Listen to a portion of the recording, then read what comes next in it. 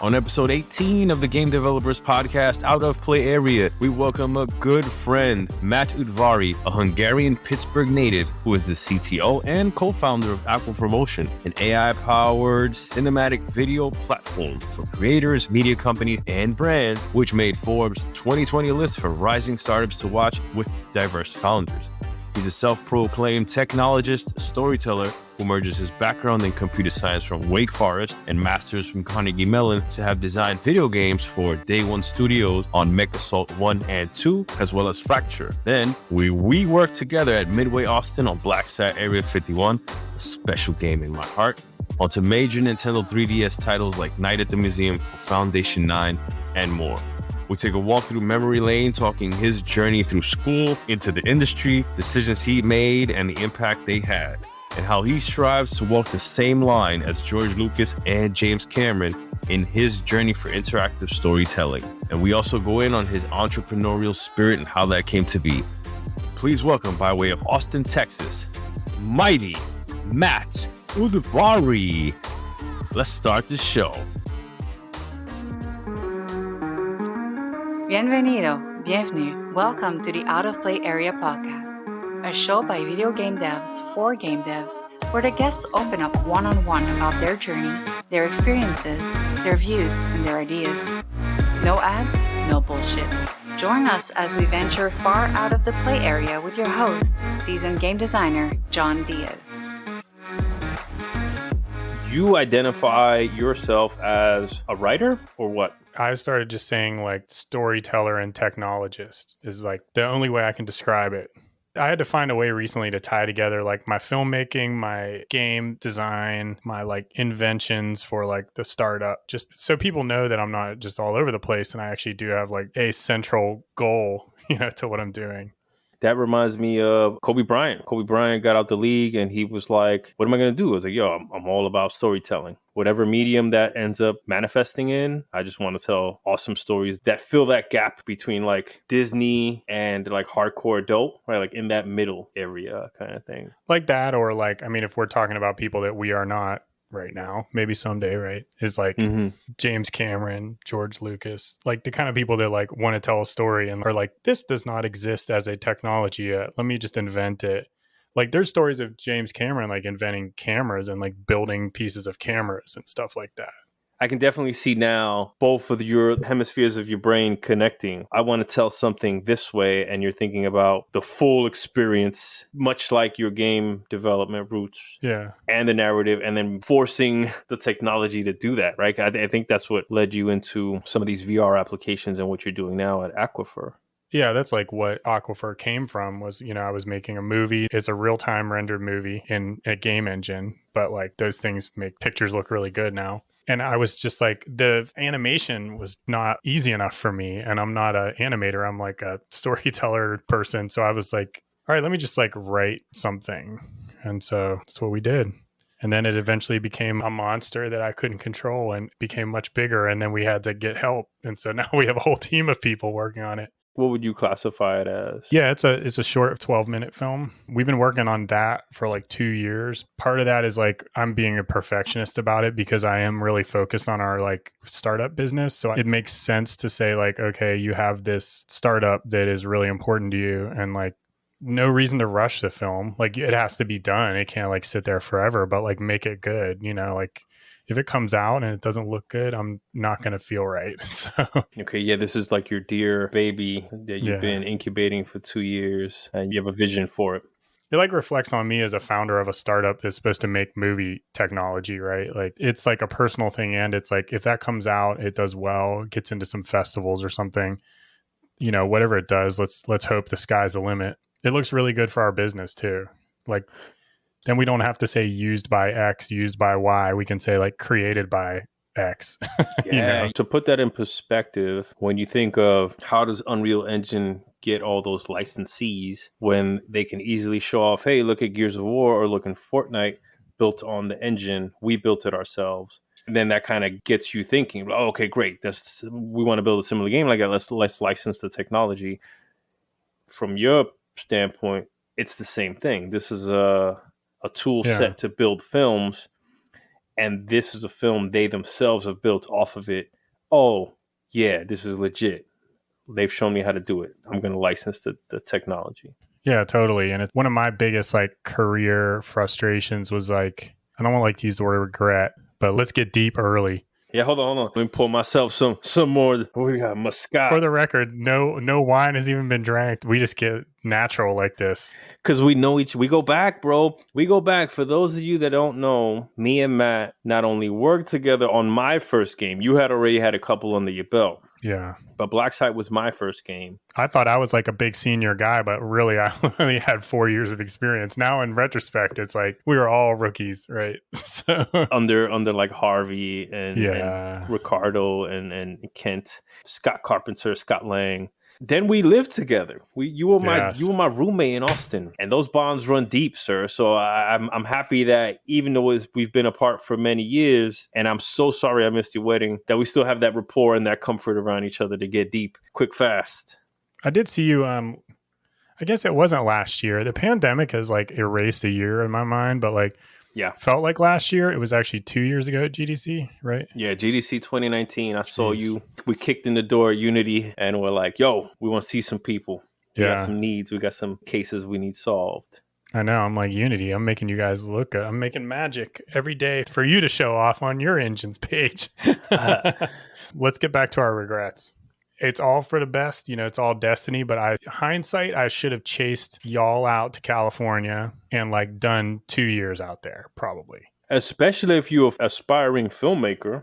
Yeah. And I was always like really, at that point, I started to become focused on trying to do my own thing, but it would have been easier to do my own thing if I would have like got that Red Dead real quick, just killed my soul for 2 years. You guys are like never sleeping, living in that giant house together. If I would have just lived in that house and like dealt with your noise for 2 years, again, I think you'd have more gray hairs. Get some more gray hairs, and then just pull that Red Dead on all over town. Like Danny, who was on your podcast, I'm sure already. Episode 10. Built a great resume, and like you and him built great resumes in like the course of 4 years. And those, now that I'm in the startup world, those like one word things mean everything to people. Really? Yeah. Hold on, man. Please elaborate on that, right? Because I think there's a lot of us that don't really know that, right? Because we've never had to fend out for ourselves to get investment, right? To pitch something. Even myself, Matt, I'd appreciate a little bit more understanding in what that means, how that helps. You know this from game design. It's like when you're onboarding a player, you cannot be short enough and you cannot be clear enough. And it's like really the same thing when you're trying to seek investment from people. Like, these people talk to hundreds of people. Like their job is to talk to startup founders every day and to somehow keep track of it all. And somebody's got to stick out. For me, one of the things that sticks out to people is if I'm just like true blue, like I love movies, I love technology, I'm passionate about this. And I went to Carnegie Mellon. Carnegie Mellon is solid in this space. Area 51, like all that stuff, worked on that game, worked on Mech Assault, whatever. You have that one sentence that just has those bullet points. They don't need to be like impressive. It doesn't have to be like, oh, I did this or I did that. It's just stuff to make you seem like you are good and care about what you're doing. Yeah, that Red Dead wouldn't have hurt. That gets you in the door. Yeah. Dude, what's interesting is the caliber of the way the games are made over at Rockstar. You can say it's synonymous with film development, right? Like there's a lot of time spent on the narrative and the in-game cinematics, right? And then going into gameplay and a lot of face effects and motion capture to sell that same vibe, so that for people that aren't playing, that are just sitting next to the person holding the controller, it is like watching a movie, like similar to the Naughty Dog guys. I used to play like 2 games when I was a kid. I had like 2 games. Which were? Bard's Tale. Oh. Taz Times and Tone Down. Dang. And those were on what console? Apple IIgs. That's like why I didn't have that many games. Yo. Hell yeah. Yeah, it was like at the time like really good graphics, right? Yeah. Apple, if anything, stood them out. Keef the Thief. That was my 3rd game. That was Naughty Dog's like one of their first games. Oh. And so this Keef the Thief game was like another funny game, and it was about this dude named Keef. and he like was like this, medieval thief, and it was like really silly game. Oh, okay. So But like strong character and like mascot presence. they were both kind of like Bard's Tale, where you're like, I don't even know what you call it anymore, like fake 3D dungeon walking. Keith the Thief. If you guys want to see awesome cover art, you got to Google Keith the Thief. Yeah, This is who's that? Does amazing. that remind you of anyone? The art style with the long nose like that. I got a few things come to mind. If you look at the title screen, it kind of looks like Arnold Schwarzenegger. Oh, definitely, man. Like Conan the Barbarian, Arnold Schwarzenegger. You were playing Bard's Tale and you were playing Taz Times in Tone Town. Taz Times. And then I got into the Sierra stuff, and I played like, this is where the story games come in. Here I we played go. every King's Quest and every Space Quest that was on that computer. And that was when I was like, oh, you can tell stories in video games. Roberta Williams is my favorite game developer ever, for sure. Roberta Williams, shout to her.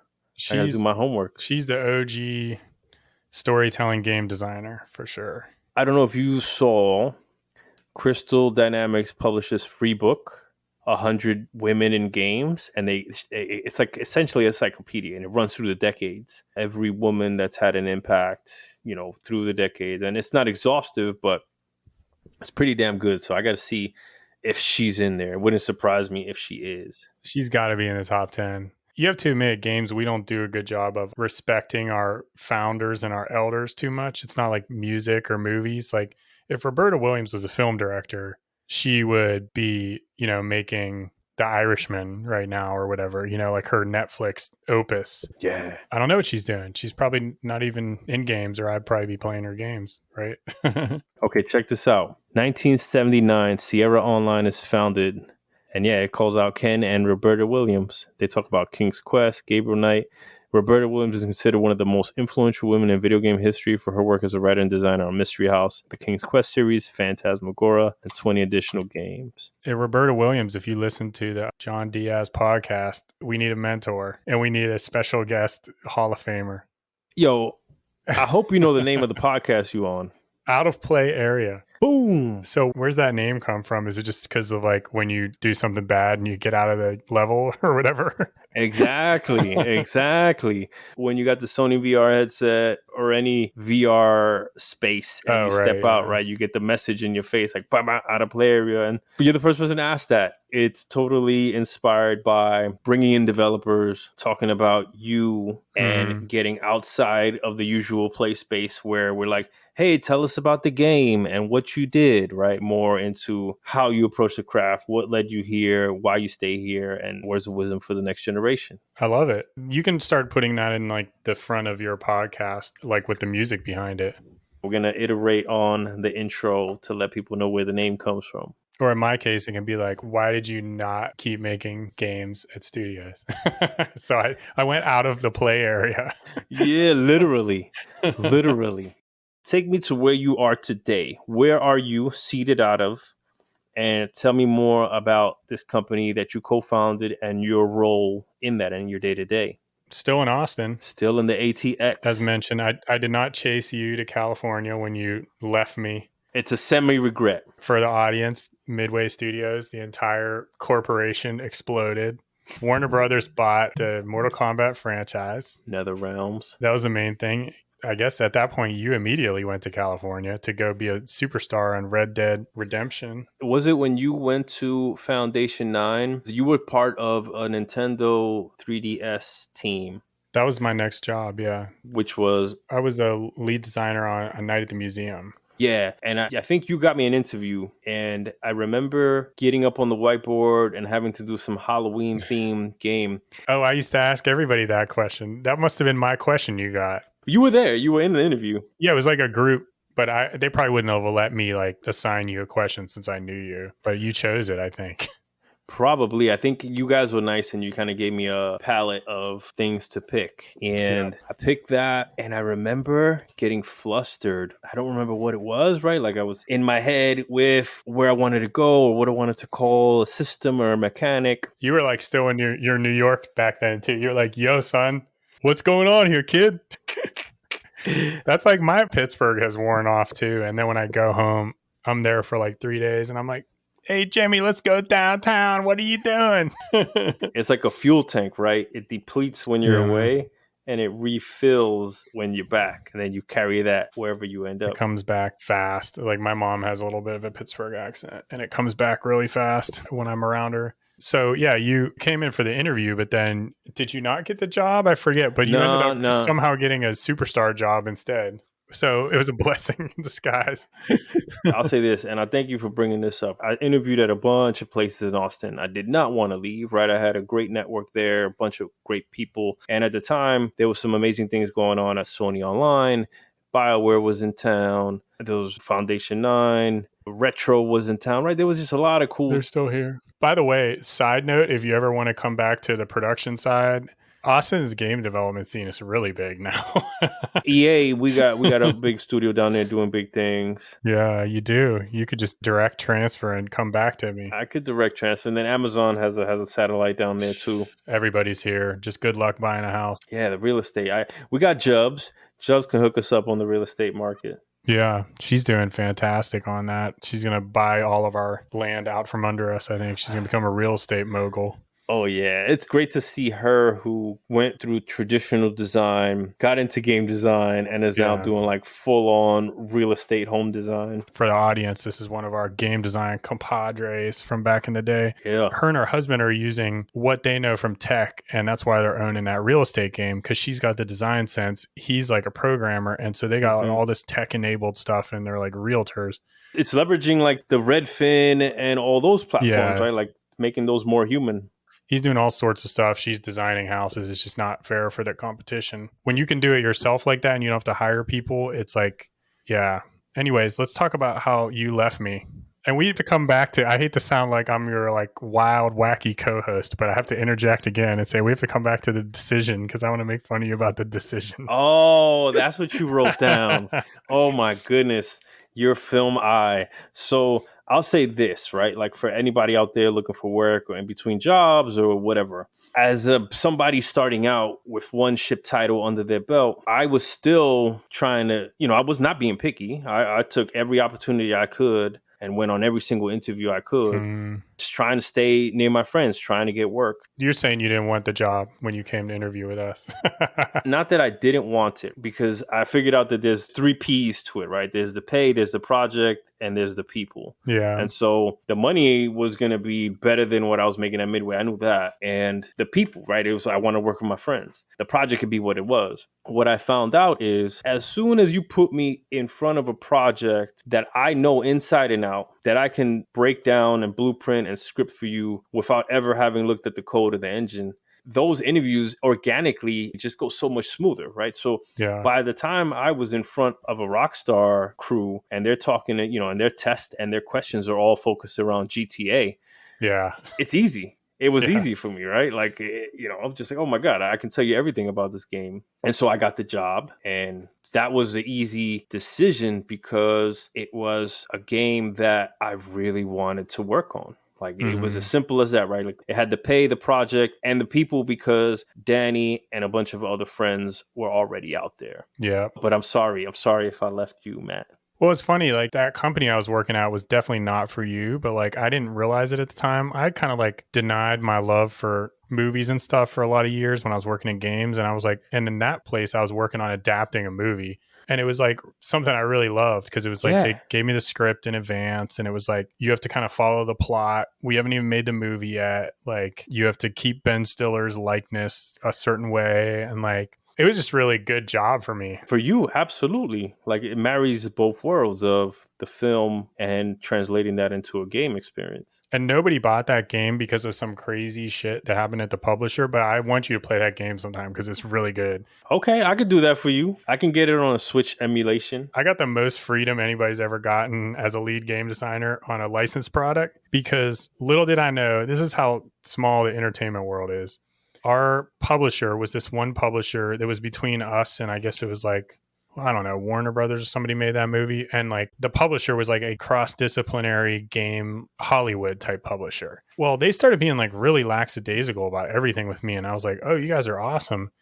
Well, it turns out they went out of business mid-production, and then the game, I was just able to complete the game, and then it got sold to like THQ for distribution at like nothing. Like the game got sold for like a few $100,000. It's a DS game, and they didn't do anything to market it. They were just like, the movie's coming out, we'll just get like that natural marketing from the movie and we won't do anything. So it didn't sell that much. But here's the funny thing about the entertainment business is like, now that we have this like movie focused startup, we had an advisor who was like out in Hollywood and still like works for an agency out there, and turned out she was at that company and was like one of the people that was on the game that I didn't know. And so we got to tell a tale from both sides, like how this publisher has been going out of business, and that's like why you had so much freedom. So it's a really weird story. Anytime I get somebody who's in any lead position, it's always interesting to hear what that setup was like. Like, what were your goals? How did you guys structure the project? And then how many people you had to manage? Well, those are pretty small teams. I'd say like DS team is kind of like the early version of an iPhone team, you know, like not an indie iPhone game, but an iPhone game made at EA or something, right? Where it's like not that many people. So we probably had like 10 people on that game, 15 people. Total, including programmers, artists, design. That's not counting probably like flex staff, like QA that works on other projects and people like that. But like, it's pretty small. I mean, it was kind of interesting just working back and forth with the Hollywood people until, you know, the publisher went out of business, and I was like, what's going on? But I did a lot of licensed games in a string there because I did that, and then I did UFC, and like UFC was really fun. And I had to go like watch every UFC match because I had to keep up with it. Did you get a little bit into combat design for that one? Yeah. And it was like really difficult because we were using pre-existing models from the Japanese team that makes WWE and UFC.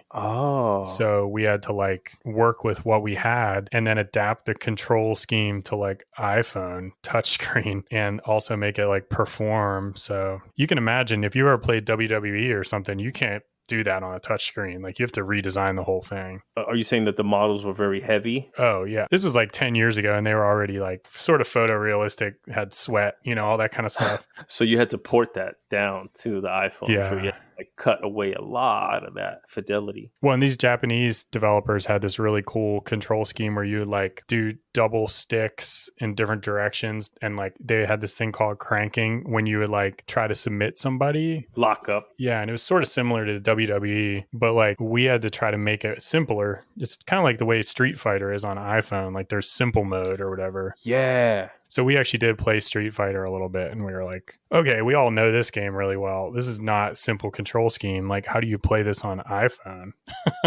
Yeah, because at the time, remind me again, this was like early App Store days where there wasn't really a lot of precedent beyond touch and click and swipe. So you had to kind of establish a design for touch gestures, I imagine.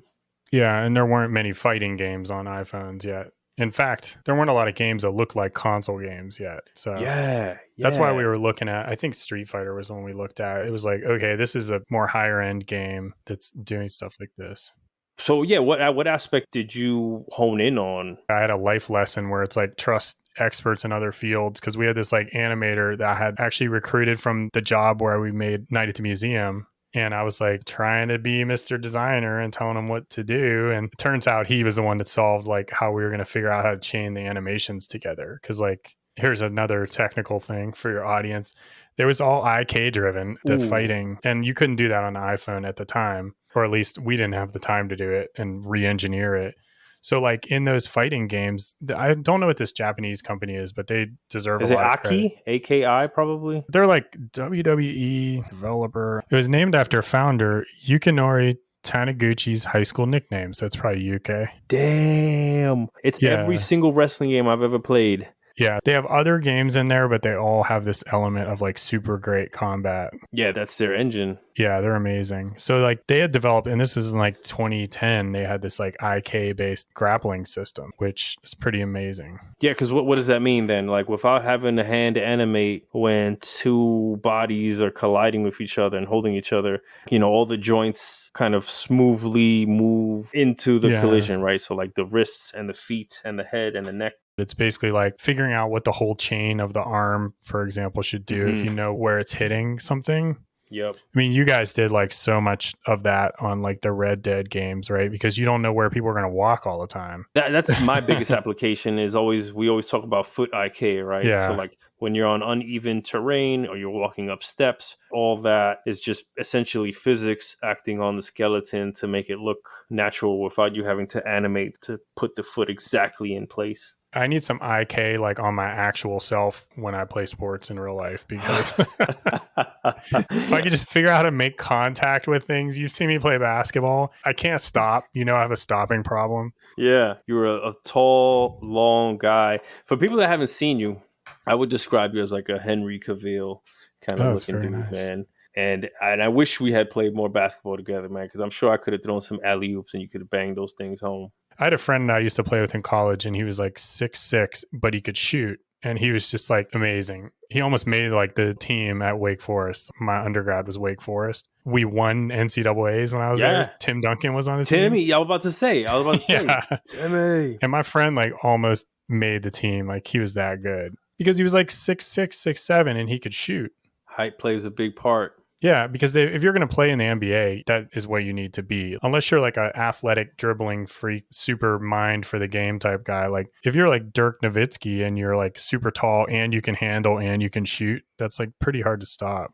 Yeah, absolutely. That's why I want IK, because then I can make contact with all the things I'm supposed to make contact with. And I just get really confused in basketball. I feel helpless. Like I have the athletic ability, but I don't know where I'm going. And why is everybody running in circles? And like, I don't know where everybody's supposed to be. People trick me all the time. You know, how people do this thing for all the basketball Fakes. fans where they go, ooh, you know, when you like get the rebound and some guy goes, ooh, right here. And he's like on the other team. And then you get Oh scared and you give no. it to him. Oh, that's mean. Oh, you know that little bird noise Yeah. people do? Oh, ah. Ooh, ooh. Yeah. And then you're just like, I'm panicking. Yeah, you throw it to the sound. You're like, oh, that's got to be my teammate. I hate that. I have so many people in my past that I wish I would have physically attacked after they did that to me. I feel like you have a high threshold for pain and anger. I've never seen you fluster. I've never seen you lose your cool. I've lost my cool having my own business, not in a throw stuff mode, but in a like, this is hard. I think that'll break everybody. Sure, balancing everything. Yeah. I'm curious because working at Foundation 9 on all these interesting various types of games and IPs and franchises that are obviously pushing your technical experience or the things you deal with day to day, what made you make a shift after that? Sounds like a pretty awesome place for you to keep growing and get closer and closer to Hollywood. Yeah. Sounds like it, doesn't it? It does. Yeah, I was one of those people who took a long time to really figure my stuff out. Like, I think when I first got into games when I was in grad school, I had a different reason for getting into games than I think like you did. I'm guessing. I'm putting thoughts into your head right now. Well, tell me what your reason was. I wanted to like innovate the way stories were told. Like, I didn't really like care that much about like some of the other aspects. And I felt like there weren't a lot of games out there that were made for like me. Since the Sierra games. Sierra, Zelda. Oh, So yeah. there's some like Zelda type games on iPhone. I play the crap out of iPhone games now because of that reason. New Zelda games. What's a good narrative game on the iPhone? There's like this one game I was playing that like I'm looking at my iPhone right now for all you radio listeners. There's a game Oceanhorn on there that's like sort of a Zelda clone. Oh. Man, I play so many iPhone games. I like love iPhone games, but I don't really like console games all the time, depending on what they are. It's the big market. I think mobile games have taken over. I like your old games. Like I actually like the Grand Theft Auto games. I don't like always the subject matter, but I like experiencing the story. I think they're kind of like the modern Zelda type game, an open world game made well, right? It's sort of like a choose your own adventure story in a way. Yeah. Yeah, that's a good spin on it. I haven't heard it compared to that. And I thought the Chinatown Wars was a really well done version. It had like this top down perspective. I think it ported over to mobile. I only played that a little bit. I actually was like looking that game up the other day and I was like trying to remember what it looked like. It has this flat, cell shaded comic book style to it. Yeah, it's really cool. But yeah, I mean, I feel like if I would have started making games like now, there's more stuff going on. Like when we were at GDC a couple years ago and they had the Independent Game Awards, I was like, you know what the problem is in games, and I'm not even trying to be like super woke guy. There's not enough different people telling story, and like all these games in Oh, this independent thing are made by all, you know, there's a lot of great female designers, there's a lot of great international designers, and it's like, man, this stuff's like pretty refreshing. Like yeah, it always comes from that. whatever they call the independent game awards, I was like, these are really new. The IGF. It's new stuff. Any ones you remember in particular? I mean, I was playing them all after it. You know, sometimes the AAA stuff, I'm just like, oh man, another one of those. Yeah, you've seen it already, right? It's just a different look. Yeah. And the other thing I don't like is like really experimental games. I wanted to have like some sort of coherent story to it. Danny's game was in here. It's a really good example of a game I like. Moss. Moss. Shout out to Moss and the Polyarc people. That's a really wonderful marriage of really applying the medium, right? Really taking VR and showing its strengths, telling a fun, beautiful, compelling story, putting you in the center of it. I think they even call you the reader, I think, as the Yeah, player. I do envy the fact they made that game because I'm like, that's what I wanted to play on VR. Third person, story based, character based game. And everybody else is like, I'm up high, I'm skydiving. And I'm just like, it's not me. I'm sure it's great, but like, I don't want to do these games. Like, I don't want to do this like jumping across rooftop stuff. Yeah, it was such a great experience. Now's the time, right? I think VR and AR are young enough that it's still the Wild West where people are still trying to figure out what the limitations are, what the right experiences are to tell for it. I'm very proud of him because like people need to make that game. That game is what's going to make VR a popular thing. And the games jumping across rooftops are fun and they're thrilling but like those kind of games are like games that people will remember in 10 years. It's like Zelda, but for VR, right? It has a character that you can make a stuffed animal out of, has a great story. You feel like you had emotions playing it. Absolutely. I was super invested in keeping Quill safe. Yeah. Shout out to them. All of the Polyarc people deserve all the love and acclaim for what they put into Moss. And Doug's up there now too, working on whatever secret concoction is coming. At Aquifer, tell me about how you founded it. What's the goal for? What's your role? Aquifer, we are trying to like innovate on people's ability to tell stories. Obviously, with my own film, is like, yeah, I'm trying to tell a story and I want it to be great in the same way like Moss is great, even though it's not VR, it's a linear film. But with Aquifer, we're trying to say like, in the early 80s, how would you film something, your family on a trip? You're going to go like reel to reel, Super 8, like film camera. Yeah. And nobody did that except for the nerdy parents that were like film fans because it's really difficult. You have to get it developed. You have to be really careful, all that stuff. It's expensive. Mm-hmm. And then like VHS and beta come out and everybody's parents are like filming stuff and birthdays. And then the next wave is people are making like independent films and it made a whole new wave of independent film. And so like me just being like really into the history of like storytelling, I'm like, that would be the big goal is like animation, really, really hard to do. Could we make it so a regular person could do that? Could they make an animated movie in 5 years with an easier tool? Oh, I could see the value proposition there pretty easily. But it's a long way to go, right? Because animation has like, you're not taking in rays of light and putting them on a sensor or a film. You have to manipulate something that's not real. So like the question becomes like, how do you manipulate the character to tell your story when it's not somebody in the real world? So, you know, you start to get into filling the gaps with like machine learning and stuff like that. Yeah, I've seen some pretty gnarly applications. I come to Aquifer because I have a story to tell and I'm not an animator. And you guys provide a tool that would allow me to tell a story and leverage models and animations, or how would I come to you? Hey, I have a story to tell and you guys are in the space to solve this problem that I have. What do I need to come with already? Or can I come empty handed and be like, hey, what do your tools give me? So a lot of people are coming totally empty-handed with like either a existing property they want to tell a story with, or they have a company that needs to tell a story, or some people don't come empty-handed and they have like a model that we need to like ingest into the platform. Basically what happens, some of the people are self-serve, some aren't, but we set up these things called studio kits. And the best way to think of it is it's like if you had a back lot at a studio. Yeah. I think Warner Brothers backlot Yeah, Warner Brothers backlot. You've been there, right? I'm sure. Yeah. And so there's like a bunch of studios in there, and there's the backlot, there's the studios, sound stages, stuff like that. They have like the set for Friends. They have the set for like Big Bang Theory. They have Yeah. like the Batman films and shit like this. Yeah. Batman's your favorite, I know. But Spider-Man was my favorite. And then I made the jump to I like Miles Morales though. He's pretty cool. He's awesome, man. He's awesome. A lot of people are excited about having a person of his background, right? Puerto Rican and Black, Afro-Latin background be a protagonist in a major video game. And a New Yorker. And Spanish Harlem. Oh, can I tell you how excited I was? That actually reminds me of the thing I wrote down, but I want to answer your question first. Yes, please do. So basically, it would be like if you were at Warner Brothers and you had the Friends set, you had the Batman set, and they're all set up and they're all in production.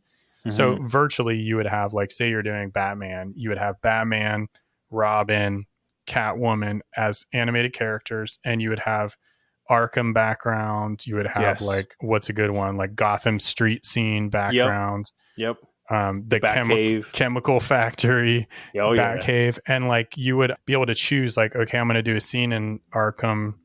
I'm going to use Batman and Robin, and they're going to have like a scene together. I'm going to be able to like choose their animations based on like a set I have. And I'm going to be like really simply able to set them up in a timeline, some of which is aided by some machine learning. Nice. So that I can just like read each of their lines, and then poof, out comes a beautiful rendered scene. Okay, so I have a little bit of experience just because Chen brought me in on like a friends and family UX customer survey or whatever. And it's pretty powerful from there, like on a mobile experience. I was like, holy cow, how fast things get up and running. But yeah, if I'm ever dealing with animation, the timeline is essential. And then being able to control the camera, right, and being able to cut from different perspectives and have those set up in place. So you're telling me I can come to you with my world built and my models, and then you have generic animations that map to these generic rigs, or you guys would build those. There's like different tiers of how much you would provide for a certain price, I imagine.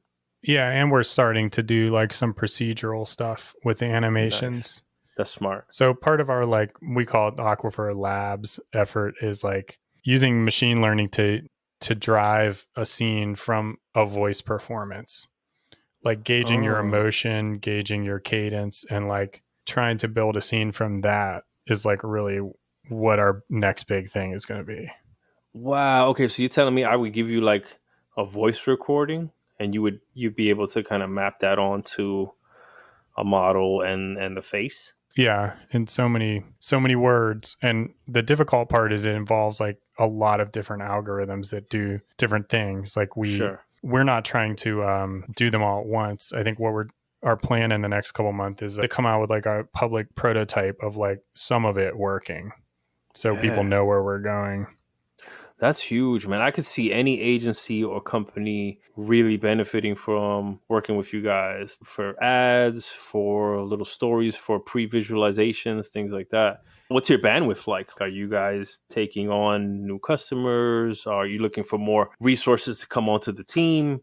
Yeah, people like you could, be like, hey, I'm doing a YouTube channel for whatever engine. I don't know. Is your engine, am I allowed to say the name of it? Is it secret? Frostbite is a publicly known engine. I have so many different friends at these companies. I don't, sometimes we have conversations and I'm like, oh, I'm not going to talk about it. Let me see the wine glass. How light is the wine glass looking? It's too high for me to Come on, bro. Like that. So like you could have a character that looks like a comic version of you, and you could be like, I want to have a really universal look. I want to have like a brand where it's like the John Diaz animated brand. And you could be like, what's up? Out of play area. I'm going to talk about Frostbite, tell you like about the new hotness. And it could even be internal to EA. And like you could have a really beautiful animated movie do that every week, The thing that comes to mind is when I'm working with like animojis on my phone. Yeah. Is that comparable? Is that similar? So the animojis are just to animate facial animation. Mm-hmm. So we have like facial, body, and I think the main thing actually we focus on a lot is cinematography. So like camera work. What are the standard cameras you would want in like a conversational scene? Yeah, so to have like the cuts from the person who's talking and then the behind the head of the person who's talking and cutting back and forth and then getting the full shot. Yeah, what are the typical camera angles? You know this more than I do. Well, like we have a thing at Aquifer, we just use like a pretty typical set of like what you would call coverage cameras in like a movie. So each character will get like close up, medium shot, long shot. And then like of those, so there's like 9 of those we'll do. So it's like left side, right side, center of those 3. And then if there's 2 characters, we'll like kind of obey that rule of 180 where like if you were talking to me, I'll keep to like your left and my right. So the camera just kind of looks like a person would be looking back and forth. Yeah. So we try to like automate a lot of that. And then we have like what you would call like more of your scene shots or your like master shots, which are like custom cameras that don't have to do with that. You know, like in Red Dead Redemption, there's like a cowboy riding across the prairie and there's like a drone shot and it moves in close. Yeah, we call it the landscape cam. Yeah, landscape cam would be a good one for that too. Going back to my brief 20-minute experience with the app, it felt like a lot of that heavy lifting was taken care of. Like I can just set up the scene and to your point, all the cinematography looked professional. It looked like it had been directed. I had all these different camera shots and then I could adjust the lengths and when to cut and where to look from and things like that after. So it definitely makes you feel like a director, even though I didn't know what I was doing. Yeah, that's kind of like the idea. One of our internal rules is like there might be more customizable systems out there, but we are like trying to restrain ourselves and be like, this has to be usable by like, think of the least technical person in your family. Like to me, it's my mom. She's the least technical person. Oh yeah, my mom takes the cake. Yeah, probably the most technical is my like niece, right? Like niece or nephew. But like, can the least technical person use this? Maybe not the advanced options, but like, can they use it enough to make something?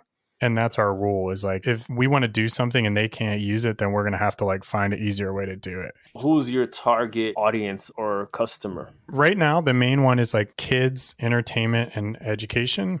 So one of the ones that's like actually goes between kids and like adult is like we just did a really cool movie with Crunchyroll, the animated channel. Oh, I saw that. I saw you flaunting Crunchyroll. Yeah, so I sent that out because I was really proud of it because like, you know, me just being like a movie dude, I was like, oh, this is right up my alley. It was basically like if you had the Grammys or something and you had a virtual production. You know, we're trying to do these like remote animated productions that are driven by people who are not animator specialists, you know? Man, as you talk about that, this sounds like the perfect time with, everybody working from home, the pandemic, everybody being disconnected, right? That this is a fantastic time to all the content creators are thriving right now, right? Oh, like yeah. everybody's eyeballs are idle and ready to look at new things because they're not outside. So Crunchyroll was a big partnership. Are there any other products out there from Aquifer? So there's like another one on the other side of the spectrum as far as like Crunchyroll's like very entertainment centric. Obviously, everybody watches anime on there. Yes. There's one called Blue Studios, which is really cool because it's like these little kid characters that teach other kids about like STEM education stuff.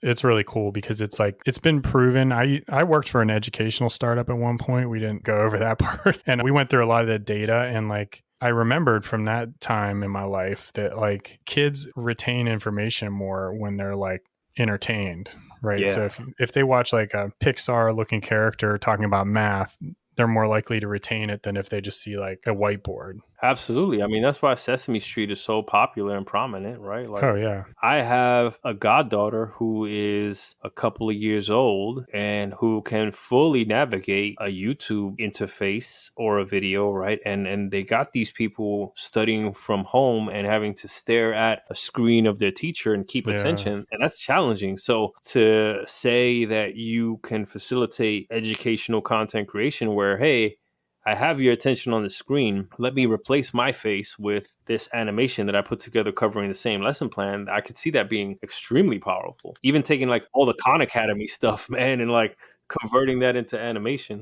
Yeah, it's been really good for this remote stuff, like both on the consumer end, and I mean like media consumer, like kids watching educational videos, Crunchyroll being able to do like a really cool awards show, but like also on the producer end, like I think one of our big things is like I think people that have like a lot of resources don't realize how inaccessible like creation is. And like, Yeah. we talked about like new voices and stuff. Like if you don't have a lot of resources and you don't have a lot of money, it is accessible to be able to make something really cool with this thing. When I was younger, I didn't have like a whole bunch of resources, right? Like I could never have made a live action film. Yeah, you had your Apple II. I thought I was really in a good place having that 2GS though. Oh, hell yeah, you were. Let's not get it twisted. I had friends who had like a Commodore 64, and I thought the 2GS was better, but it had a lot less software. But yeah, I mean, I think just like movies are super expensive. They're well beyond, like when I was younger, well beyond my means to make any sort of movie, unless it was like VHS,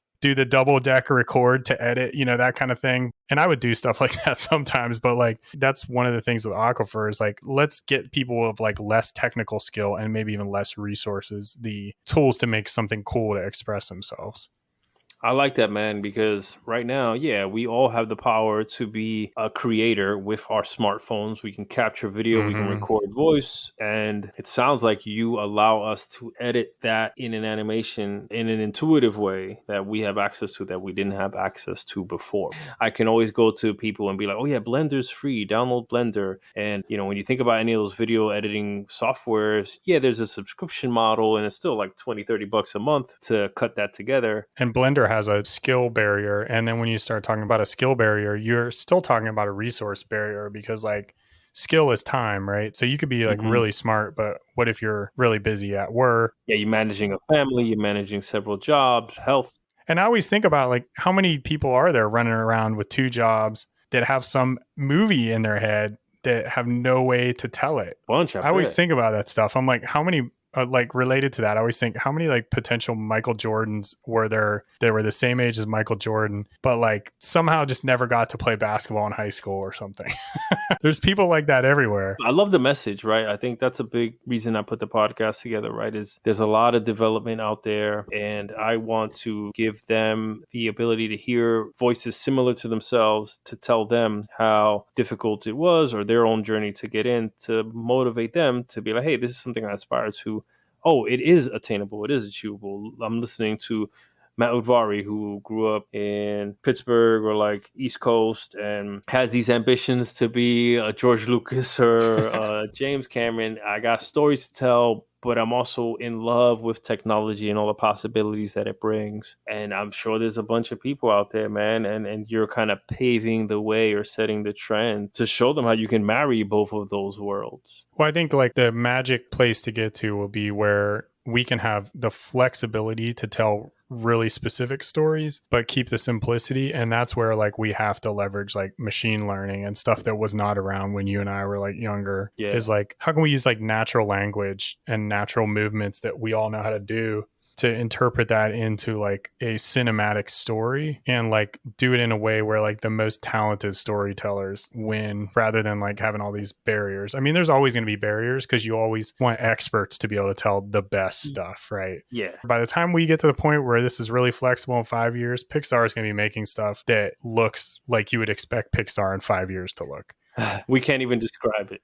Yeah, but if we could be making stuff that maybe looks like Pixar from 2012 and anybody can make it, then that's unreal. Like that's untouchable by a lot of stuff. Yeah, dude, I love the problem that you're trying to solve and the opportunity that you see, because what if when we were coming up at that collegiate level, that Unity was already in place or widely available, right? What interactive experiences or what games we had built with access to those tools and the library of DIY resources that exists. Yeah. I mean, I was like doing in grad school, like JavaScript and stuff. And I'm like, I wasn't a JavaScript programmer, but I had to like learn it on the fly during a project, right? No game engine. Tell me about your background, your collegiate background. You have a programmer background as well as a theater background? Yeah, I mean, I was pretty much like doing exactly what you know of me doing my whole life, which is like doing everything at the same time. So I was like a theater major, and then I was a music and computer science double minor. Jesus. And the only reason was like, I was like, I love all these things. You're supposed to do what you want to do in college. Me being like, sort of like from this immigrant family who had like worked really hard. My dad had a kind of what you get in the second generation of immigrants where he was like, all right, everybody has worked really hard. I'm really worried about your financial future, but I want you to be happy.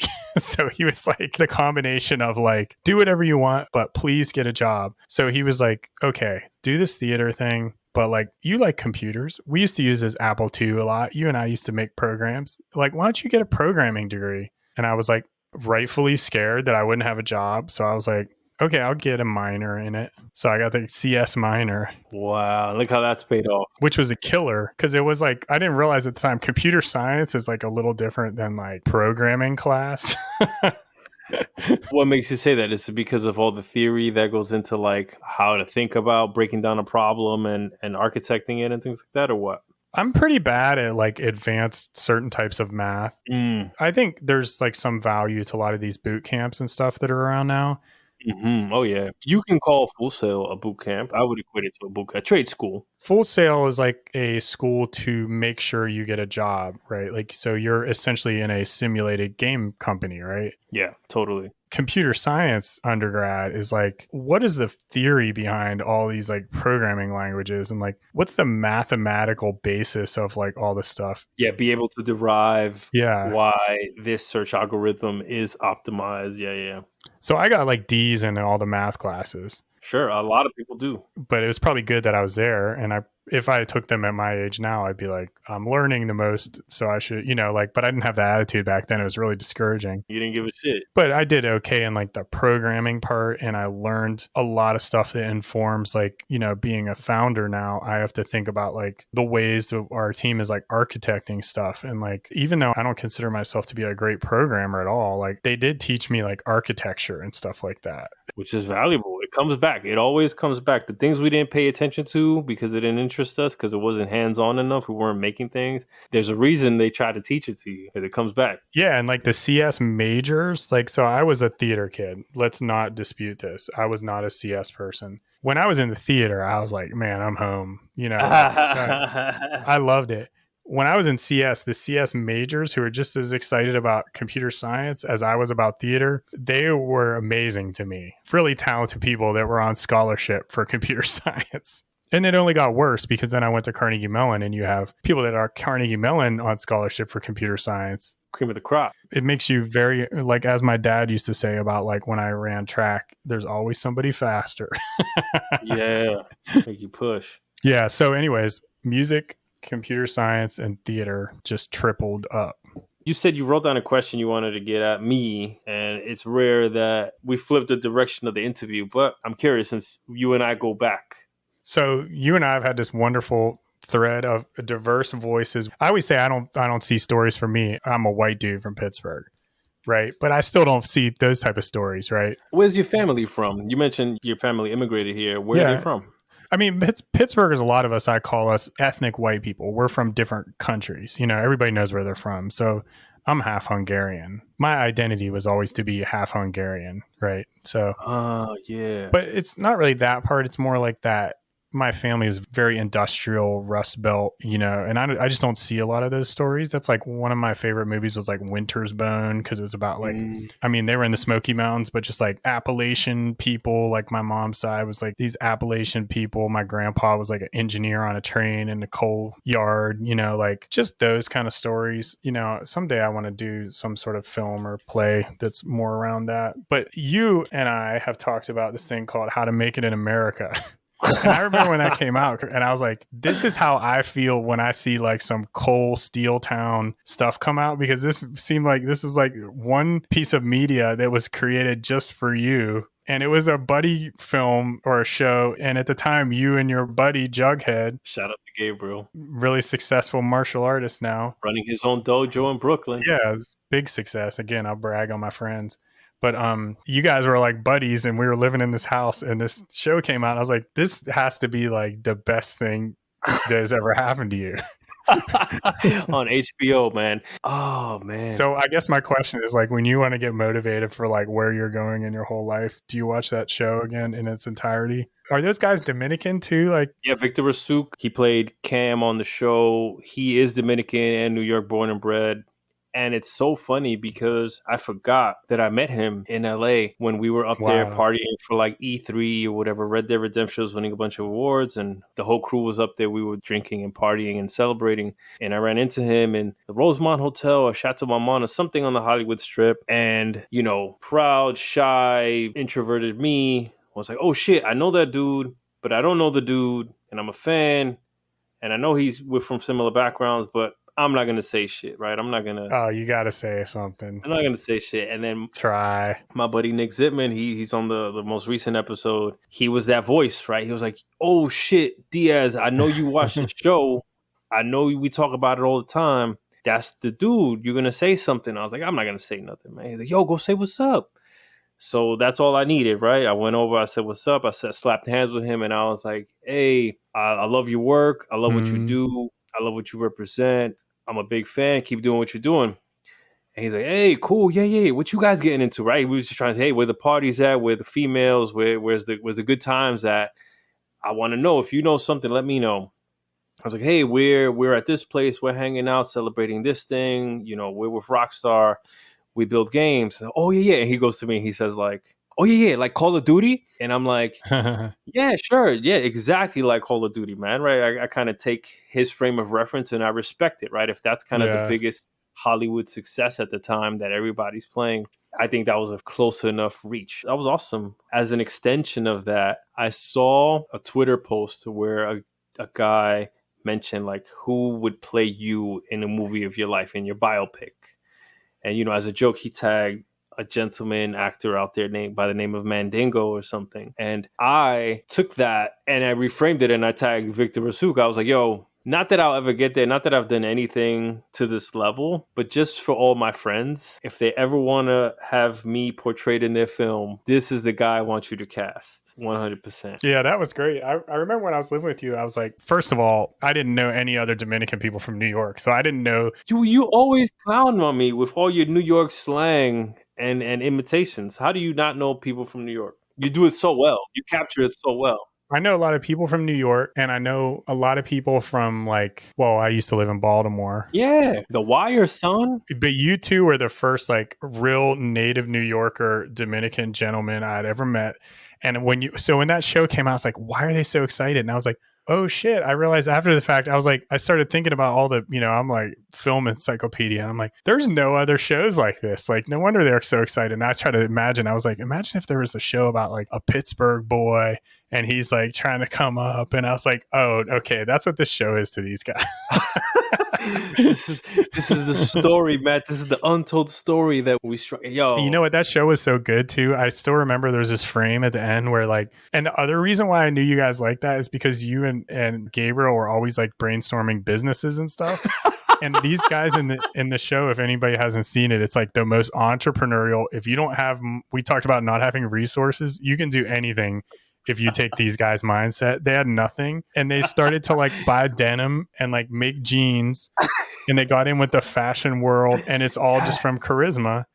And then at the end, there's like this frame of a pile of jeans, right? Like they got the denim shipment they needed. Yes. And then the show got canceled. Oh man, yeah, dude. Like the end of season 2. I mean, those stories are so powerful. As soon as you can relate to a character, the underdog rising to success or struggling to make it happen, it is always captivating, at least to the have-nots. And they do so well, man, at that emotional roller coaster of like, oh yeah, this is their chance, and then something falls through, right? And then okay, this is their chance, and then season ends and like, oh, I can't wait till season 3, and then for whatever reason HBO drops it. Yeah, it was a great show. I mean, I'm not even a New York guy, but it is very inspiring as a show. Damn. If you ever feel unmotivated as a person or you feel imposter syndrome, just watch that show. Yo, Matt, I cannot tell you. This is episode 18. Mm-hmm. And out of 18 episodes, easily 60% of them we touch on imposter syndrome for some reason or the other. And it normally comes because of some marginalized background, right? Like, hey, we're underrepresented. We don't see enough of ourselves in this industry. We don't know. We didn't know it was a thing. It's always from that, right? And I talk about it myself as well. Yeah. Like, I don't know what I'm doing. I have no claim to this. I got to listen, whatever. But I love that you brought that up. Just inspiring. I will go rewatch some How to Make It in America season 1 and 2 over my next days. Inspire everybody. Absolutely. Yeah, that's our takeaway. Like our main takeaways today is celebrate your friends and don't have imposter syndrome. It's hard not to have imposter syndrome. It's hard. And yo, if you are a creator, if you've made something, own it, claim it, build your Yeah. brand, put it out there, pump it. I know a few people I've spoken with, they have this program. I think it was UFC, some USC alums. I hope to have them on the show. And they mentioned how one of their early classes in game design make them go through the exercise of boldly stating, I am a game designer, right? Like they read it on the board and they asked the class to repeat it and say, I am a game designer.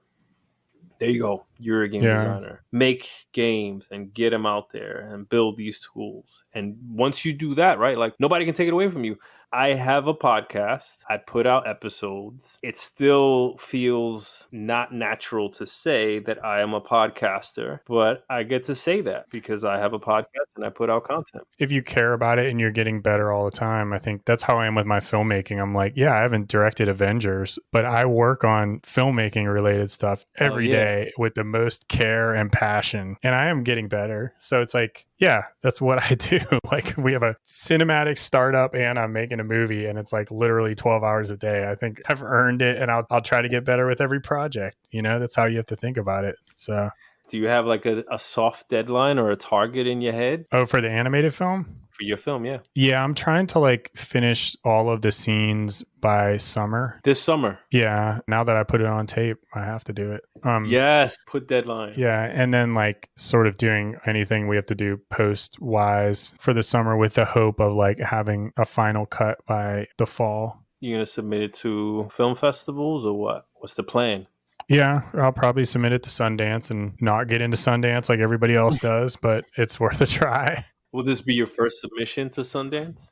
I actually have submitted a VR film to Sundance before and did not get in, but probably wasn't really complete enough when I did it. You can kind of submit incomplete stuff to film festivals, but you have to at least prove that you're going to finish it in time. So yeah, that's a tough one to get into. How have you been able to marry your game development experience into what you're doing now at Aquifer?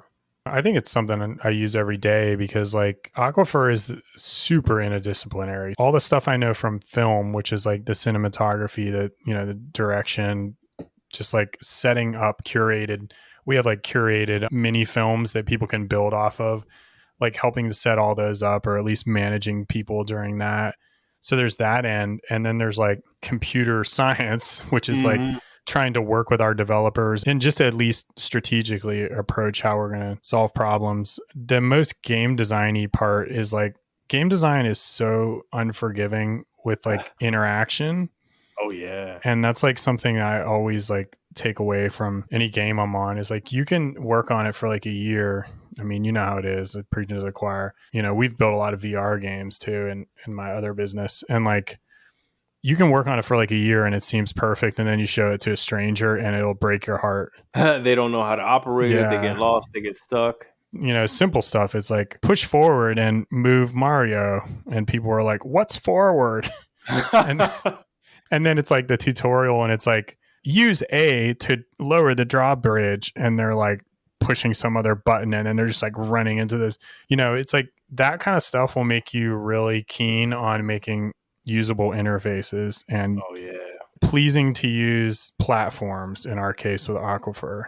It's a lot of that. And then we have a lot of like ways of thinking in 3D. So it's a 3D cinematic creation world. You know, like we said, it's like a studio. We try to think of it like a studio. And like ever since games went 3D, you know, we all have to like think in ways of like, how does the camera move? How do you build interfaces that relate to 3D movement of cameras and characters and all of that? So those kind of things I feel like are so foundational in game design more than like, how does a gun go? Pew, pew, you know, like even the like combat design system still involves those foundations of like, well, how does a weapon work in 3D? Or like, how do I jump across a cliff in 3D? What do you guys work in? What do they consist of? It's just me. I'm the whole team. I'm just kidding.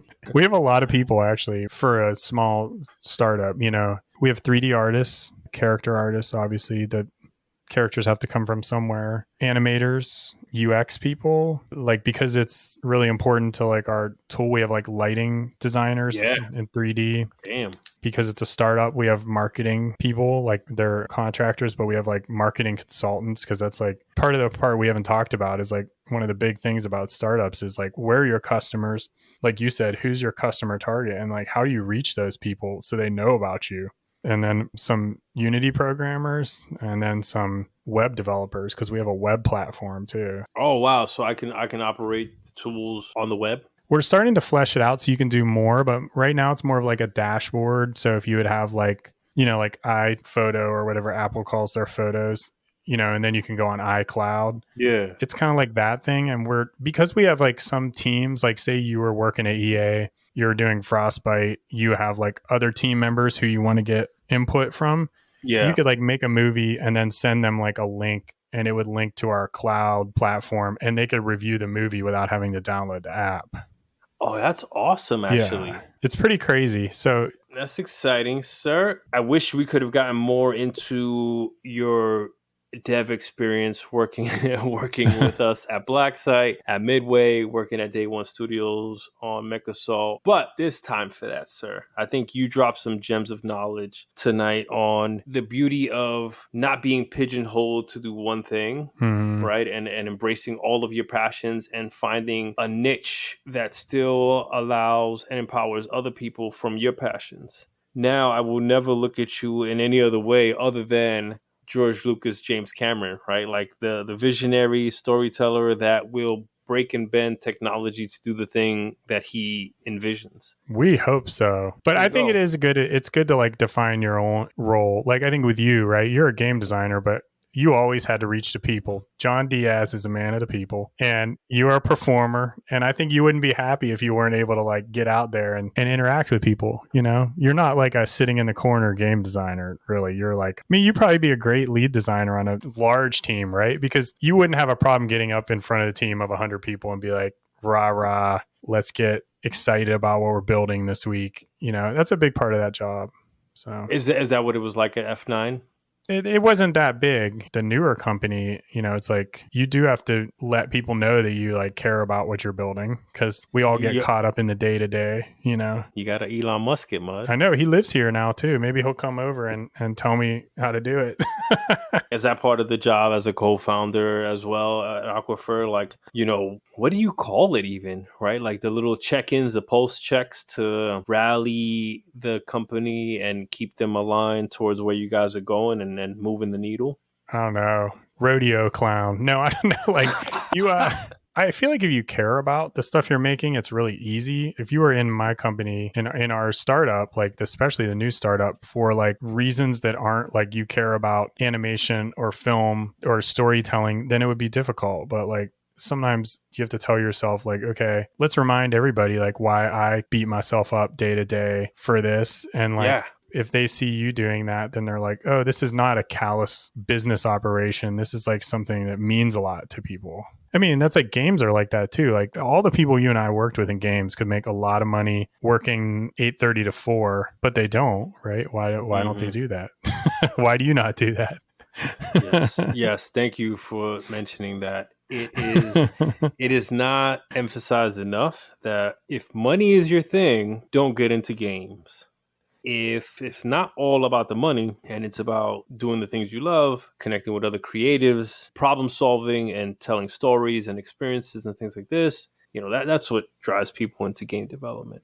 Yeah, and you just can't get jaded. I've seen that a lot, like on the hiring side recently, is like the game world can beat you up a little bit. And it's I got scars. There's only a couple things that happen. Either you get jaded and you like don't reach your potential because you stop having that like childlike wonder about it, or you like quit and go do that 8:30 to 4 thing, or like I guess in like some of our cases like go try to create your own thing. Or there's like the other people that are like, you and I have some friends that are like, like Harvey, right? Don't get jaded.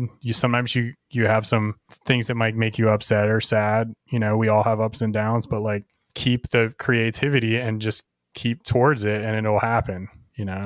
Yeah, shout out to Harvey Smith. Yeah. And look at Harvey's doing with like Arcane. Like, Yeah, man, he's a big role model. He was my first creative director, your second creative director, and seeing him bob and weave and navigate this wild industry to still doing what he's doing and putting out Dishonored. yeah. So I think that's the moral of the story is like, if you have heart for it, keep doing it. If you don't have the heart for it anymore, do something else. You know, it's like, And it doesn't take long to get the heat check, right? To see if you can survive in the kitchen or not. And to be fair, I've been speaking to a lot of the new blood in the industry, and they're approaching it much more sensibly and with long-term longevity and sustainability in mind. But more power to them. It feels like it's no longer about paying your dues and blood, sweat, and tears and sticking on, and it's more about building each other up, encouraging each other, motivating each other, working together, banding together. yeah. I mean, I think that's table stakes, actually. Like, I Mm, think good work hours, good planning. I think we've mentioned a couple times like new voices. Like the game new industry needs to be voices. diverse and it needs to have like a safe space for everybody. Yeah. I think beyond that, I was actually thinking about like heartbreak because games didn't turn out the way we wanted them to, and you spent 5 years of your life on it. Like on top of all those Yeah. things that should be table stakes, and I hope they are now. I wouldn't work on another game unless it had that kind of environment where it's like, okay, is everybody included in this thing? But Yeah. like beyond the table stakes is like, okay, you spent 5 years of your life on it and it didn't turn out good. Like, what does that mean to you as an artist? Yeah, as a creator. At Aquifer, the things you're doing are game adjacent. Like, it's not a stretch to see how game developers can align with what you're doing. What would it take to get you back on the industry doing what you do, right? Telling your stories and creating those interactive experiences that only you can tell. What would it take, Matt? Well, first of all, of course, I'm focused on Aquifer right now to anybody listening. But like, I'm an interdisciplinary dude. We have a lot of things in our lives. So after Aquifer is a gigantic success, of course, I would want to be in like the position of where I wanted to be when I was like 20, which is like, what's the story based game out there? This is the opposite of what I tried to do when I started my game company 10 years ago, which is like, what's an existing property that has like a production team already lined up where I could come in as a pure creator? You know what I Mm. mean? Like, because I'm a business person right now too. And it's Yeah, like, you were in that hat. yeah, but like, is there a spot where it's like, oh, we need a director for this really story based game, that kind of thing, where Yeah. your only job is to do that part. Maybe the politicking, we all have to do the politicking. That's part of it, is like winning hearts and minds, but like winning hearts and minds about story and about gameplay, So Is that a narrative director? yeah, probably a narrative director. Yeah. Maybe 5 years from now, EA Frostbite will be a grand success, and then you'll be promoted to exec producer of some amazing property at EA Redwood Shores. Ears. Years, as I told you, and then you'll hire me, and we'll just chill and make beautiful things and never crunch. Does that sound like a fairy tale? Yeah, I think working from home in the pandemic, I think people are working more than they did when they were in the office because they're so connected. Oh, that's so true. But it is true. Like if I was like a narrative director, I wouldn't stop working, because like what Hmm. I do with my film is I work like 10 hours a day on Aquifer and everything else. And then it's like when normal people do fun stuff, that's when I Yeah. like do filmmaking, like 4 hours in the middle of the night or whatever, or like all weekend. Like my weekends are like I work out and then I like literally do that all weekend after I work out. I'm of the mindset that crunch is unavoidable in a creative industry Mm-hmm. where the goal lines are invisible. We don't know how far away they are, how to get there in a certain amount of time. But I will say this, to be asked or forced to commit more time than you can is where we fall apart, right? And that's where I will put the hand up and stand strong and be like, nah, we cannot do this. When it's optional and it's left open for you to work to drive something to the point you see it, right? Like for your movie, right? Mm-hmm. You've confessed that, like, hey, you're a perfectionist. You wanted to get to a certain point and you wanted to get to a certain deadline, aka this summer, this fall.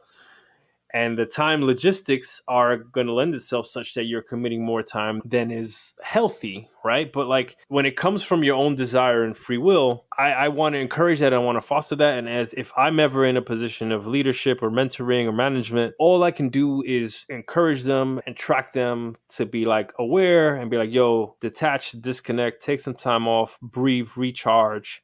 Don't drive at it this way, right? But Yeah.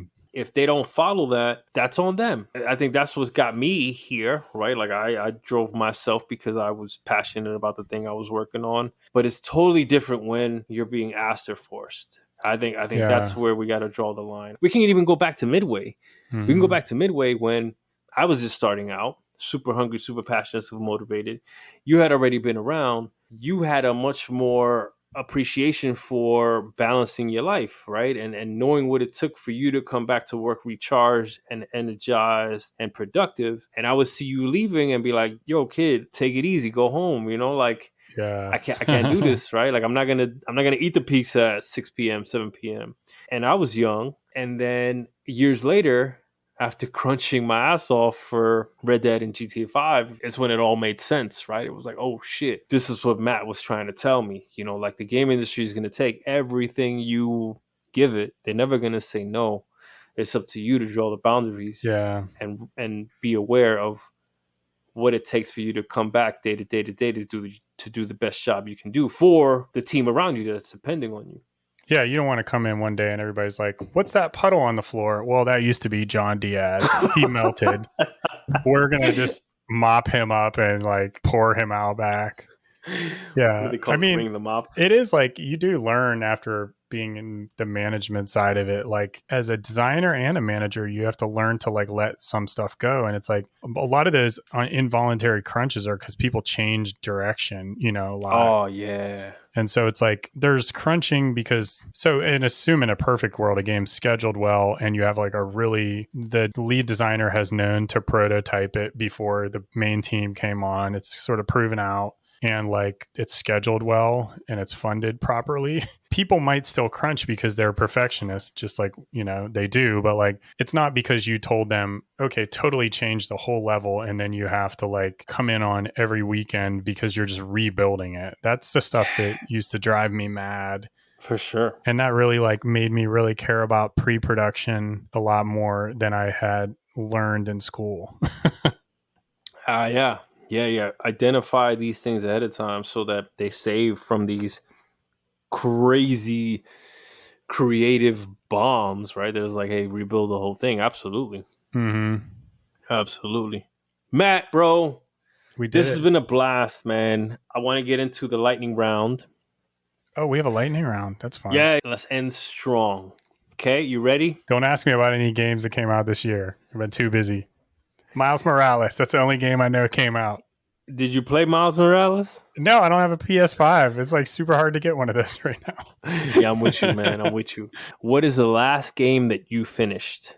And I know you've been playing mobile a lot, so. Oh man, I haven't like actually finished any of these games that I'm playing. So what's the last one you finished? I like have this game that I've been playing so much on airplane. Well, I lost the last year. But there's this game called Space Grunts, and it is like the best turn-based little shooter game. Oh man, I play this game so much. Like if I have a 3-hour flight, every time I have a flight, I play it for an hour. And it is like the weirdest little iPhone game. I don't know if anyone else knows about this game.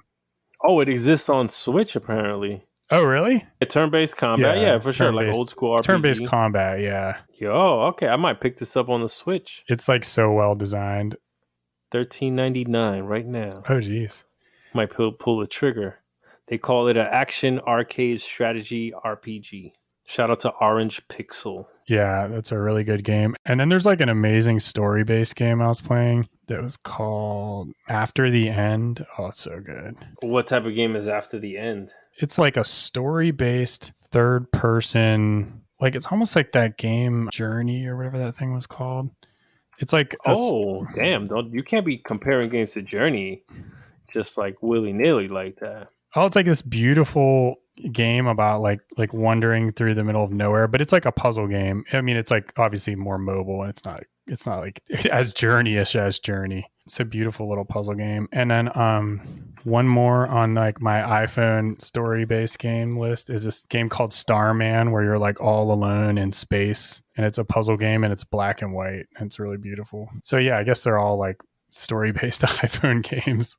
Those are the ones that drive you and make you happy. That's Yeah. what's up. What is the last book that you've read? Well, so I've been reading Lincoln and the Bardo off and on and reading other books in between it. So it's like it gets me like too depressed and I read at night a lot of times, but it's about like Lincoln's son, you know, who died young, and he's in like a cemetery and they're all these spirits and they don't really know that they're like in the limbo, and like Lincoln comes and visits his son and all the spirits talk about their lives.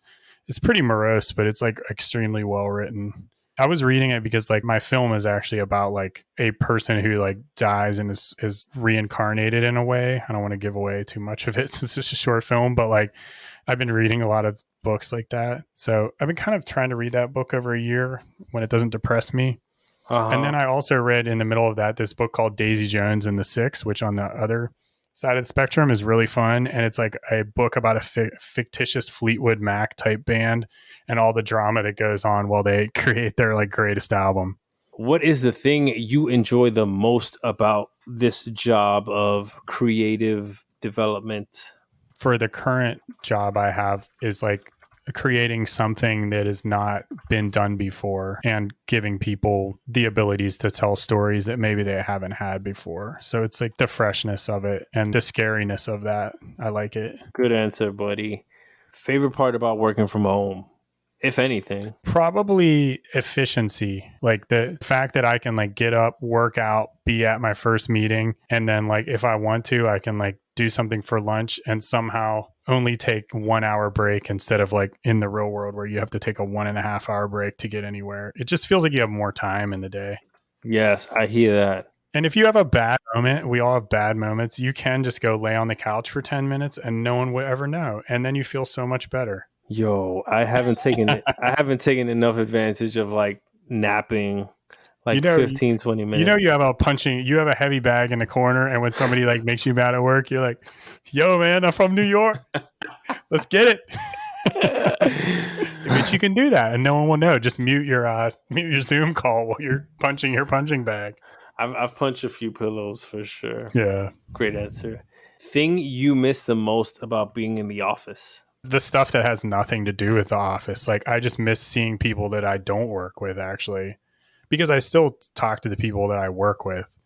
So like there was a really cool barista I used to talk to almost every day in our building. There were like friends from other tech companies I used to run into more.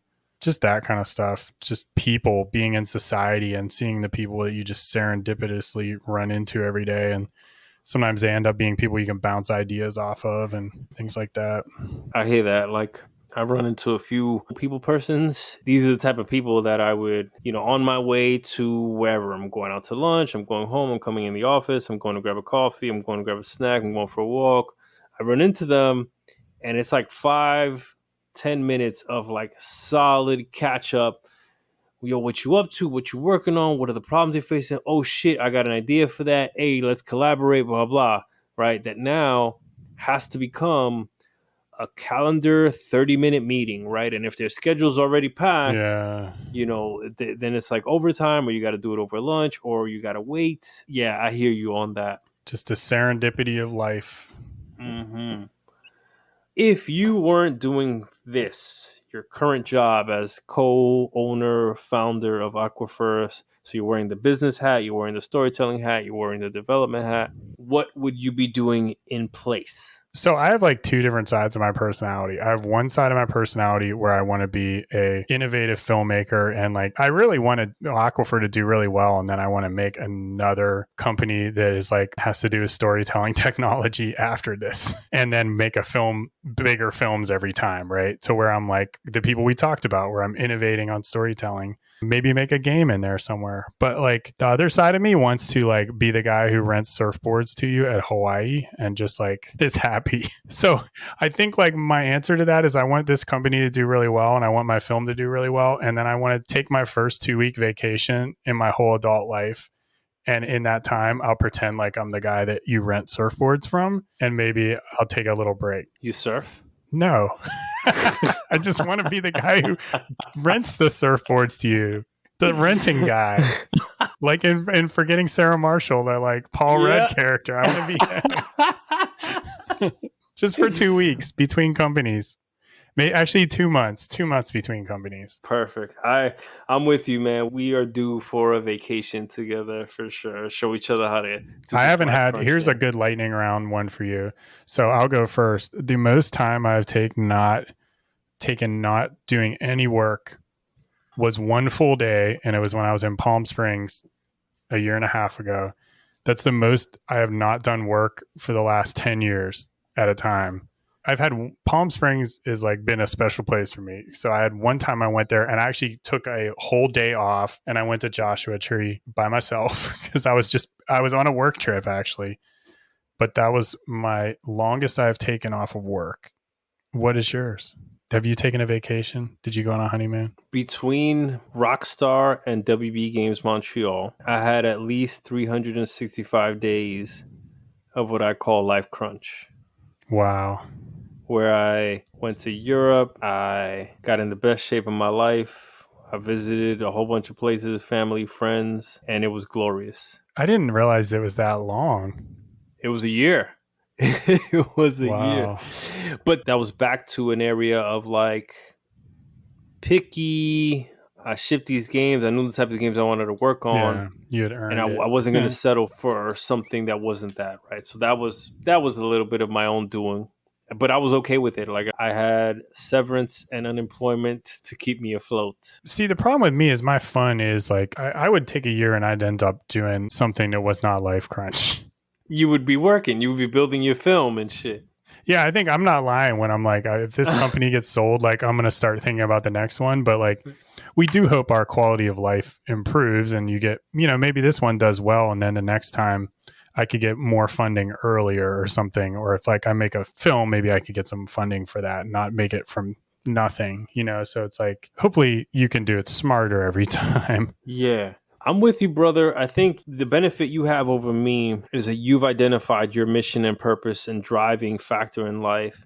And I think I'm just now scratching at the surface of that, right? Like, so where if I was given infinite free time and no worries about money, honestly, I would be continuing doing this, right? Like I'd be trying to make the show bigger, get more people on here, reach more people. Right, I think that's where I would be, right? If I didn't have to work. I told you John Diaz is a man of the people. Like there's like Rocky where Rocky wants to box, right? And then there's Apollo Creed where he like boxes, but he also has to talk to the people. You need to talk to the people. I always knew that. It's funny because I would never have called that out for myself. When you said, hey, you could be a lead designer, you can be the motivator and the rah, rah, rah cheerleader dude. I never saw that for myself. And so I really enjoy the show for that, right? We can kind of be a little bit candid and tell each other little secret dreams and ambitions for each other to be like, I never saw that for myself. I don't think that's me. But now I may have to go into my review next week with my boss and be like, yo, give me some projects. Who's the director of Frostbite? So the engine is a beast and there's a lot of levels to this. And I'm happy to be in this space. But, I'll hang on for a few years mastering the technology before I can be like, ooh, I've identified a niche and a passion project that I think we can build. Hey, let me take some resources and go build that now that I know the technology well enough. That's the approach. I like that. That's a smart approach we were talking about where you prove yourself to them, they love you, and then they're like, oh, John Diaz is a man of the people. Like, let's give him his own title. Oh, shit, dude. I can't wait for you to get this movie out there on the Aquifer pipeline and be like, yo, look at what you guys can build. This is the way. And then people are just throwing money at you trying to invest or trying to gobble you up and consolidate into their technology. I think that's the name of the game, man. We are open for discussions in all those areas. With all your vast experience, your journey through life, you've ended up in Austin, Texas. You found the lovely partner that you can work alongside of building this business. I think that's so beautiful and wonderful. What words of wisdom do you have to impart on the listeners, the people that aspire to do the thing, or lessons that you would tell, 2006 Matt Udvari. Do the thing you want to do and don't compromise too much. Like, I think what we're doing now with some of the cinematic stuff, like with Aquifer, is like probably some stuff I should have done a lot longer ago. I think some people have meandering paths and that's okay, but like it's good to maybe write down every day what you think about and what you care about, and then like really boil that down from what people expect from you and what you think you should be doing, and then like really think about what you should be pursuing, and then like make a plan to do that thing, and don't let yourself be like pushed by the currents too much. I could definitely have benefited from those words of wisdom. I definitely believe in the power of affirmations and writing things down and reading that back to yourself. And I just built my first like vision board like a month or two ago. And that shit is a great razor blade to be like, the things I'm doing, do they get me towards one of these pictures? Yes, no. Yeah, just really gain clarity and be patient. And sometimes it doesn't happen overnight, and just keep doing it and keep targeting it every day, because sometimes the targets change. Recalibrate. It's a marathon. It's not a sprint. It's true. Where can people connect with you, see your work, see what Aquifer is up to? Why my Twitter? You and I are connected on Twitter. First and last name, Matt Udvari, MattUdvari, for those that are not Hungarian. And they can look up aquifermotion.com, which is our startup website. And then we're on LinkedIn, of course. Matt Udvari on LinkedIn and Aquifer Motion on LinkedIn. Yeah. Are you guys hiring? Do you guys need more resources out there? Yes, we're super hiring. What are you looking for? Unity 3D developers, always. UX designers. And I think that's the main thing. Probably by the time this comes out, probably 3D animators and character artists. Any particular tool set, or it's all good? Maya, Unity 3D, C#. If you know, you know. If you know, you know. Yeah. Excellent. And is remote an option, or they got to be local in Austin? Yeah, they're all optionally remote now in this new world we live in. Way to be progressive, buddy. Way to be progressive. All right, and the final question, and then you're free to go about your day or your evening. We have a little ritual on the show. Okay. Is if you have enjoyed your time falling out of the play area, is there anyone that you would nominate to fall out of the play area behind you? Nominations for people that need to fall. Are we falling into or out of the play area? Do you fall into it? This is an interesting question, because I think to come on the show, you got to fall into it. But when you're on the show, we're talking about things out of the play area. Yeah, it's like come fall out of the play area with us.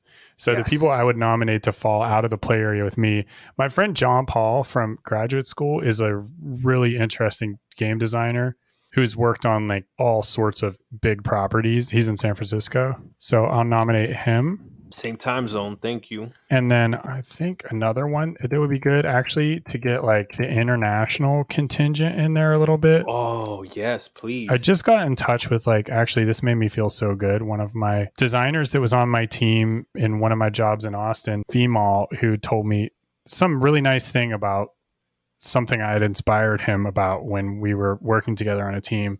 And he's now a design director at Zynga in India, and he's a really funny guy and like really creative, and he would be so fun to have on something like this.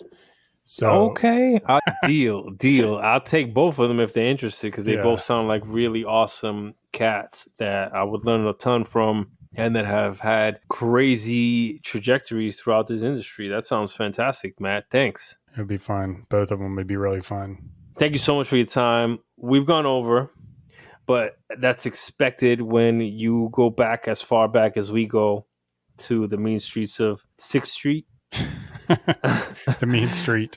I want to make sure I give you an opportunity to share, impart any last words for the listeners out there. Don't be afraid to be an interdisciplinary person if that's your skill. And like some people are specialists and some people are more happy when they do multiple things. And like, if that's you, don't be afraid to do it. I think that's a good takeaway. Yeah, I like that, man. And have those discussions with your manager, or if your manager, have those discussions with your reports, right? To try to offer what you think or you foresee for yourself or for them, right? To be like, hey, I see you really enjoy specializing, or hey, I really see that you enjoy or thrive in generalizing, and help foster that. Yeah, exactly. Matt Udvari, I was looking forward to this for the longest, and you have exceeded all expectations, and I had a blast tonight. Thank you so much for taking the time and coming aboard on Out of Play Area. Take care of yourself, buddy, and till the next time. And as they say, John Diaz is a man of the people. After editing this episode, I've gone back to rewatch How to Make It in America and re-ask myself the damn question: why didn't they make season 3? Then I found out that HBO also mysteriously just canceled another show I thought had major problems and was guaranteed a second season, Lovecraft Country, WTF. I wonder what it might have been like had I hung on in ATX and went to work at Junction Point on Epic Mickey, or Retro on a Donkey Kong game, or at Lightbox Interactive. Or better yet, if I'd managed to get Matt to come aboard Rockstar San Diego to help us ship Red Dead Redemption 1. I'm curious how that would have panned out for him and all of his entrepreneurial pursuits. I'm curious what that alternate dimension might have looked like. How many of y'all muck around with inverse kinematics? How many of you set it up or been curious why it's so universally used? I'm a huge fan of his entrepreneurial spirit. Aquifer is not Matt's first company. He's got a handful more, and I expect much more to come in the future. However, this one in particular, I really look forward to seeing him grow the technology, grow the team, and see what him and Chen can cook up in the future for all of us content creators and storytellers to be able to do more with the stories and concepts we want to tell. Curious to see what you think of their technology. They are actively hiring, and if you're adept with Unity, reach out to them. I've put all their contact information in the show notes as always. In episode 19 of Out of Play Area, debuting Monday, October 11th, we sit down and talk quality assurance, control, and design with Brian Dumlau, a QA test analyst at Jam City in Carlsbad, California, who has logged his fair share of well over 10,000 hours of mastery into his craft since 2002, starting at Midway Games, then on to Sony Online Entertainment, followed by Disney Interactive, then on to High Moon Studios, to where he is now at Jam City. I reached out to him after an introduction thanks to an old guest, Jeff Junio, where the discourse about QA not being game developers made the waves. And I wanted to bring him on to have a conversation and discuss what I consider to be a key piece of the game development puzzle. QA will still remain a great entry point into the game development space. And I think it's important to go behind the scenes on what this entails and eliminate a lot of the presumptions people seem to have out there. Make sure to follow so you don't miss out. Please leave a review if you enjoyed the episode, and do me a huge favor and share this episode on your social media to help spread awareness of the show and grow our grassroots community. I'm slowly working up to a consistent 200-person listener base and would love to get there by the end of this year/season. I know we can do it if we all help each other out. As always, devs, thank you for listening. New episodes of the Game Devs Podcast Out of Play Area debut bi-weekly every other Monday and are available every damn place podcasts exist, including Spotify, Apple, YouTube, Castro, Bullhorn, Deezer, Stitcher, and beyond. And if you find one that doesn't have the show, hit me up immediately, s'il vous plaît, so that I can rectify the situation inmediatamente. Until next time, devs, I'm your host, John Diaz. Stay strong, stay true, stay dangerous. Mega Red, let them know what time it is. Flight attendants, prepare for takeoff. Cabin crew, please take your seats. We are now about to enter the out-of-play area. Yeah. If you can't reach me, I apologize. Since we out of play, I never compromise. John D, NYC, know we got the vibe. Make sure you hit that follow when you hit subscribe. Out-of-play area podcast. Out-of-play area podcast. We gotta play. It's just a little something for the game devs. Stay strong, stay true, and stay dangerous. Had to switch the styles for a challenge. Best thing out of Harlem since young Miles Morales. A new podcast comes to provide the balance with game dev veterans and rising talents. Out of play. Welcome to the Out of Play Area Podcast, a show by game devs for game devs, with no ads, no BS, just the real.